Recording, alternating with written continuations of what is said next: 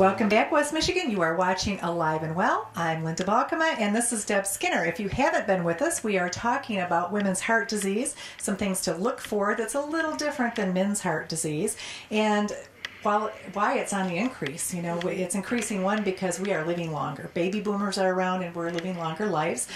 One of the things we did talk about was hormones. When women go into menopause, quite often the reduction in hormones or estrogen would be an increased factor for heart disease. Correct.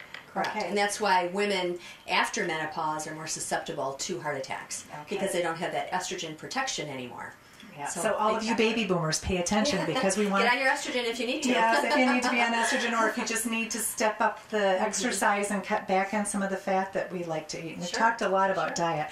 One of the terms, ejection fraction, I want you to explain that to some of our viewers. I don't understand it. So okay. I'm hoping... Ejection fraction, otherwise known as EF, that's maybe an easier way to remember it, is a term or a number that's given on a test, such as an echo, a stress test, or a catheterization, that really determines how well our heart is pumping. Normal is about 55. When I deal with my heart failure patients, I'm looking at less than 40, sometimes as low as 10. Wow. So certainly, instead of your heart, if I can demonstrate this, if your heart is about the size of our fist, and normally it would pump strong, like this, the lower the ejection fraction, the harder the pump. So it's going to have a little bit more trouble getting that pump out. Okay. So the lower the ejection fraction, the squeeze just isn't going to be there. And therefore, that's how they're susceptible to some of the symptoms of congestive heart failure, swelling and shortness of breath and those kinds of things. Okay. Now, because we don't want to scare everybody, we want you aware, but we don't want to have everybody run into the ER in fear, because there are a lot of other things that cause similar symptoms. Stress, number one, just feeling stressed in a natural. I know when I'm feeling overwhelmed, I get that underwater feeling a lot, feeling like a waterlogged feeling. Like I can't quite get a deep breath, and that's just a sign of stress, not necessarily a sign of heart disease or heart attack. But I suppose something we look for coupled with that might be, it could be one of the symptoms, but maybe the abdominal in women, abdominal symptoms, sometimes back aches. I've heard. All of that. Or and also the left side, because your heart is on the left side. But we don't always, it doesn't always present that way. So we just want that awareness out there, and it helps. You know, nowadays we all get online and we check out things and we think, oh, am I having a heart attack? It's almost too much getting online. Information overload. We get a little too, So there's that fine balance between being aware and being afraid of everything. We certainly don't want that. Prevention's the number one thing to do, so having a healthy diet and exercising, that's what we want to promote here. And certainly knowing your resources. And knowing your resources, you know, who you can call if you're in trouble, whether it be your doctor, or maybe, you know, you've got a good rapport with your PA or your nurse practitioner who is working with that physician.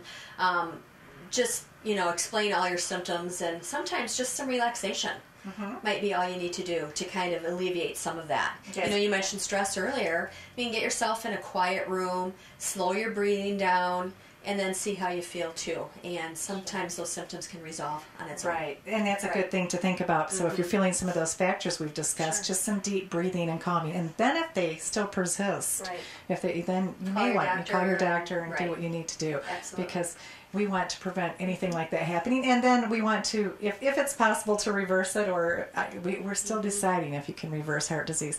But we're here in front of all these, wonderful food items that I know the nutritionist here, Jeanette Waite, does a great job on even teaching some classes on nutrition. Yeah, absolutely. Great dieting tips. But we talked a little earlier about some good foods and really watching your sodium intake. And surprisingly, that even things like Kashi cereal, even though this is healthy because it's low on sodium, does have sodium. And you don't think about your cereal having salt, and it does. Right. So tell me about some of the bad things. Are there any bad things in I don't here? know that she's got a lot of bad things on this shelf, because she's usually on the good side of things when she's teaching patients. But I can tell you that some of the bad things when we're dealing with heart disease, heart failure, salt, restrictive diets, we really want to stay away from processed foods. I think, number one, processed foods are the big culprit in people's diets today.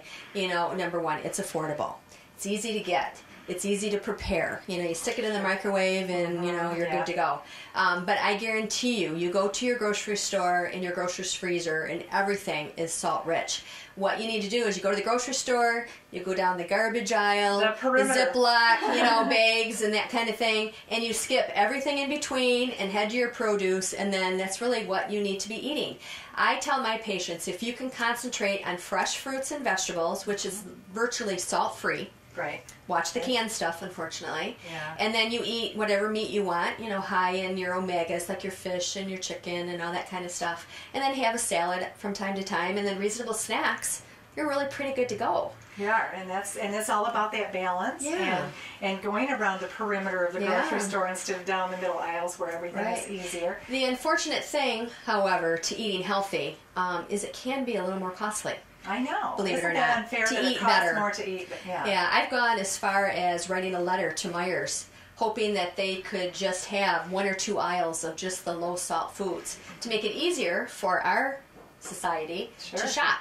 Well, yeah, and I have a family member, my cousin actually, who had to have, I believe it was bypass surgery, but he said, okay, they cleaned me out, I'm ready to go. And the next day, I won't say which hospital, not Mercy, of course, but the hospital he was at in another town, he said, oh, I'm good to go. And they brought him bacon for breakfast. I'm thinking, come on, we want to get away from bacon. Is loaded with sodium. It is. And so we're trying to learn healthy. But again, it is all relative. And I'll tell patients, if you really, really like your bacon, just have 1 piece, not 4. Yeah, that would and sometimes that's hard for people too. Don't even tempt me. Don't put that bacon in front of me. But it is. It's once you start, sometimes it's hard to stop. But that comes with learning and education and portion control, discipline, and it's not easy sometimes. Yeah, well, I know in Muskegon, we're talking about trying to be 1 in 21.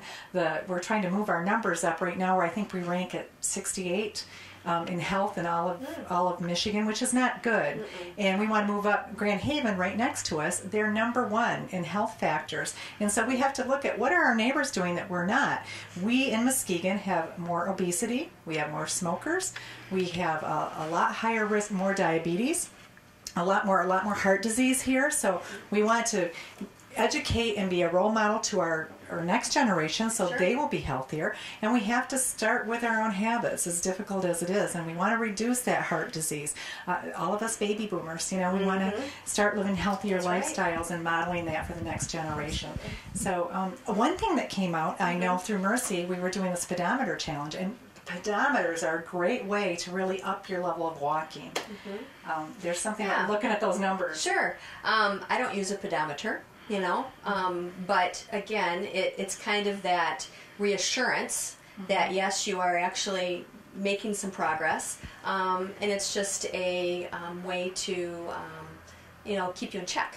It does. So I love the pedometer. And I don't have it on today, but when I was in the pedometer challenge, boy, there was something about I'm competitive. So if you have that kind of nature, and I was looking just for my 10,000 steps a day, but you wanted to make those intentional, like we talked about, really pumping up the heart rate, breaking a little sweat.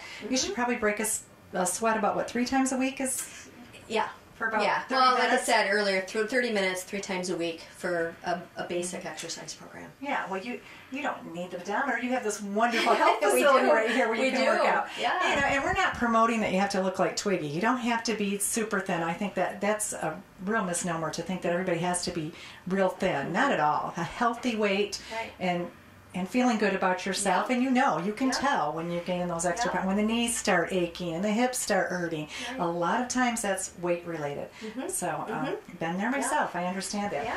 So and we want to go back again to talk about women's heart disease in particular and what you women should watch out for, because this is kind of the special. We want to focus this month, Heart Healthy Month, and also women's heart disease in particular.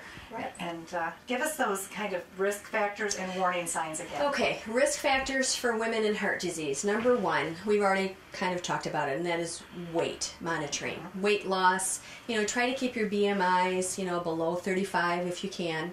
Granted, body mass index. Yes. Again, it depends on how tall you are and so forth, and it's all based about activity and how much you eat. So weight. Keeping your weight at an even keel would be a good start. Number 2, you don't want to get diabetes. No. Okay, because that, as I said earlier in statistics, that like doubles your risk for having a heart attack. So you definitely don't want diabetes. You want to get your labs checked periodically by your doctor to make sure that your blood sugar levels are stable. Number 3, you definitely don't want to be a smoker.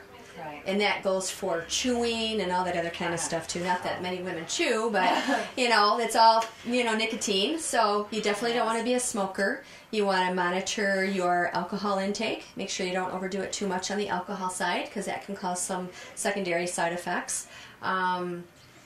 Let's see, hypertension, high blood pressure. We definitely don't want to have you have untreated high blood pressure. And again, this is another whole lecture, but hypertension or high blood pressure is silent sometimes.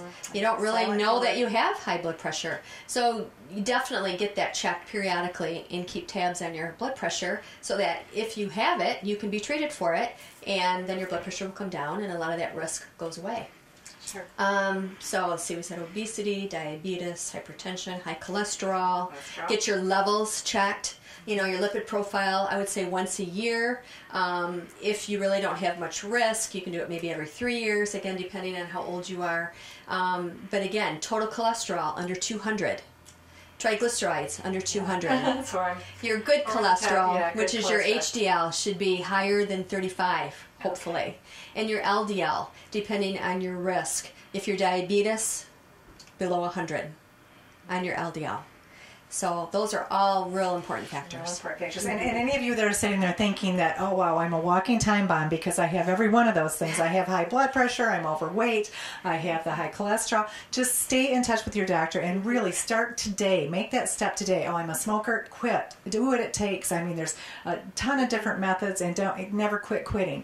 And don't stop dieting if you need to lose weight, because all of those factors that we just talked about are linked mainly to obesity. And if you can lose the weight, you could probably drop the cholesterol levels, you could drop the blood pressure levels. A lot of it is linked to weight. Not to say that there's some very thin people with high cholesterol, but it happens. It does. So and then we didn't mention about family history, which is a given too. We're going to come back. We're going to come back and for one more segment. So please stay with us as we wrap this up and talk to you about who you can contact and some more factors you need to know. Thank you.